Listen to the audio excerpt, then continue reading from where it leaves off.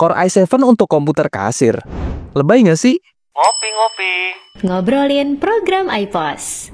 Assalamualaikum warahmatullahi wabarakatuh. Waalaikumsalam warahmatullahi wabarakatuh. Selamat datang kembali di acara Ngopi, ngobrolin program iPos. Masih bersama saya Adit, dan ngopi kali ini saya jamin gak kalah seru dengan episode sebelumnya. Karena tamu kita kali ini hardware spesialis Trigonal Software dengan Mas Unggul. Sehat Mas Unggul?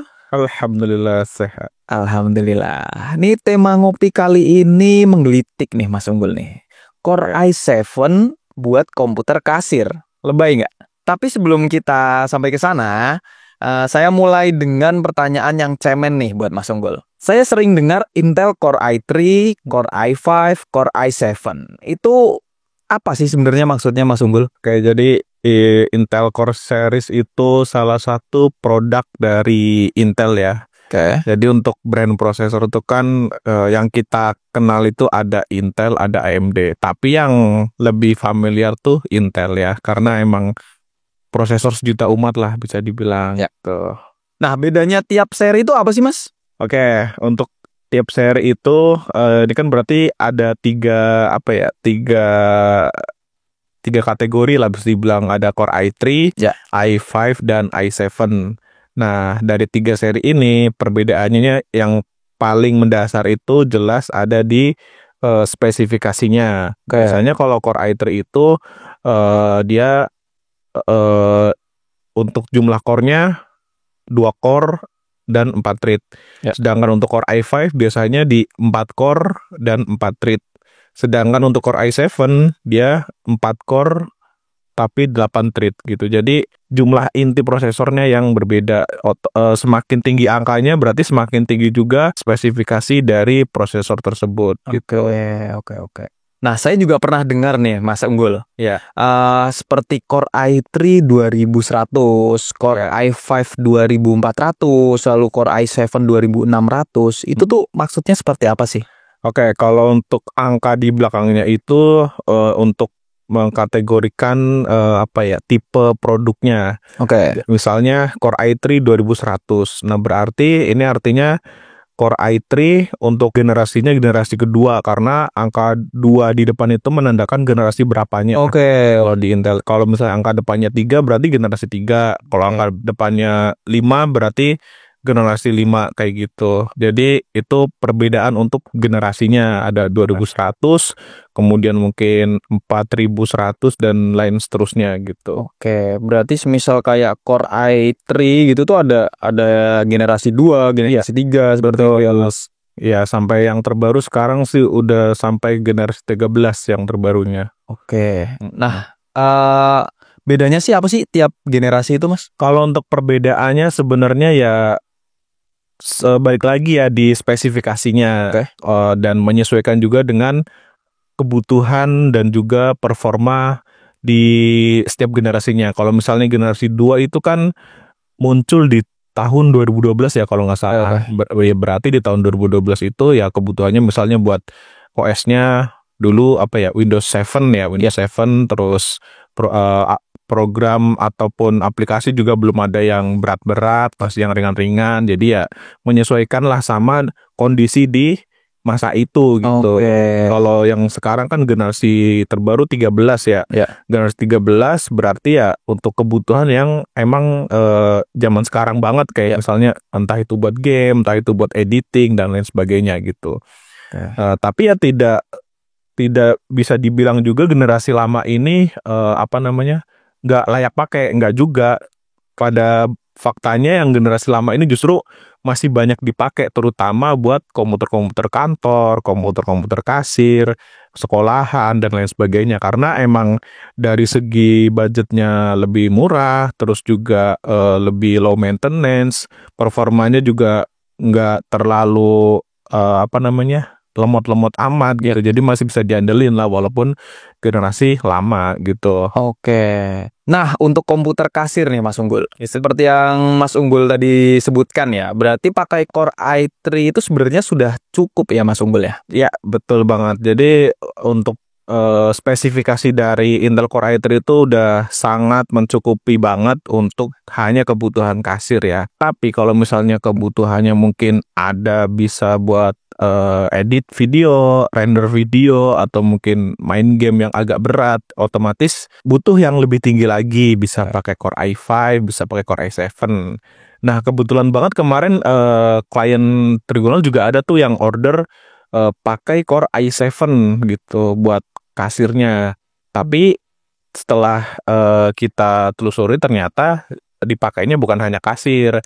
Jadi dia tuh dipakai buat server gitu. Jadi dia ada satu komputer server yang dia always on ya. Jadi selalu nyala selama 24 jam. Nah, kemudian dia ada beberapa toko atau cabang. Nah, toko atau cabangnya ini kan berarti klien-kliennya. Nah, untuk menunjang itu jadi dia butuh spesifikasi yang lebih tinggi gitu. Oh gitu. Oke. Berarti merakit komputer kasir di Trigonal Software itu bisa request ya Mas Unggul? Betul, bisa request sesuaikan dengan kebutuhan gitu. Wah, ini keren banget nih Mas Unggul nih. Oke, sebelum kita lanjut Mas Unggul, kita enaknya ngopi dulu nih Mas Unggul. Silahkan. Oke, siap.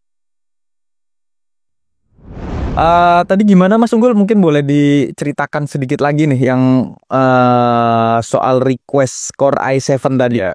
Oke, jadi itu kan untuk klien kita ya, dia tuh tadinya pakai komputer biasa lah, pakai Core i3, kemudian RAM-nya 4 GB dan lain sebagainya. Nah, tadinya pakai itu untuk servernya, tapi ternyata sering lemot nih katanya, sering lemot, terus kliennya sering disconnect untuk ke servernya, ya otomatis berarti dia butuh upgrade nih karena dia juga kan jumlah cabangnya atau jumlah kliennya itu cukup banyak. Ya.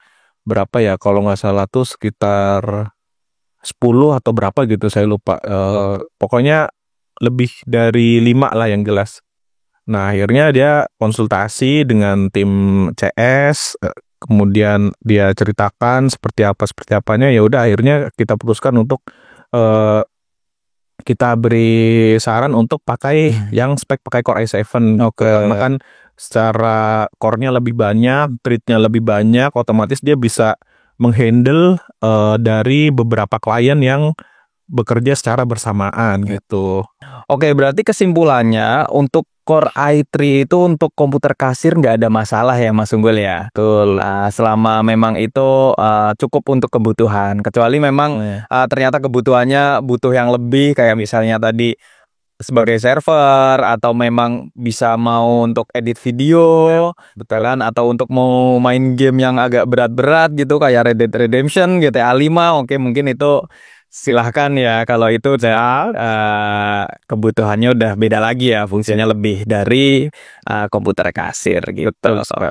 Oke. Jadi untuk pemesanan di Trigonal Software ini bisa dibilang itu personal banget ya Mas Unggul ya? Ya betul, jadi memang kita tidak hanya jual tapi kita juga sebagai konsultan lah ya. Jadi kalau misalnya ada yang mau beli ya kita nggak langsung kasih ini beli ini aja, ini bagus, mahal, enggak, tapi lebih ke kita tanya dulu kebutuhannya apa, buat apa aja, terus ya budgetnya berapa gitu. Jadi kita sesuaikan lah gitu. Tapi kalau misalnya buat yang nggak mau pusing, nggak mau ribet, ya udah kita ada paketan juga. Ada paketan yang sudah kita sesuaikan dengan kebutuhan di toko teman-teman gitu. Misalnya buat kasir ya kita ada paket kasir. Buat misalnya toko pet shop kita juga ada paket untuk toko pet shop kayak gitu. Oke, jadi buat teman-teman yang misalnya bingung nih, aduh saya kurang tahu spesifikasi untuk komputer kasir seperti apa nih, dari Trigonal Software itu juga ada paket-paket ya Mas Unggul ya, untuk lebih memudahkan teman-teman untuk pembelian komputer kasir. Oke, lalu balik lagi nih ke pertanyaan awal Mas Unggul. Core i7 untuk komputer kasir lebay nggak sih? Ya enggak lah, ya balik lagi tadi kebutuhannya seperti apa. Kalau emang buat server ya nggak ada masalah. Tapi kalau emang cuma pure buat kasir only, yang emang cuma buka aplikasi kasir doang ya agak berlebihan sih ya itu. Jadinya mubazir kan, dia punya performa tinggi tapi nggak kepake gitu. Cuma dipakainya buat ketik-ketik aja. Oke. Siap Mas Unggul. Terima kasih nih atas waktunya di ngopi kali ini. Ya, sama-sama Mas Adi. Dan untuk teman-teman Trigonal, silahkan manfaatkan waktunya untuk berkonsultasi dengan konsultan atau tim CS Trigonal Software supaya rekomendasi perangkat kasirnya sesuai dengan kebutuhan di toko. Oke, terima kasih sudah bergabung di ngopi kali ini. Salam sukses. Wassalamualaikum warahmatullahi wabarakatuh.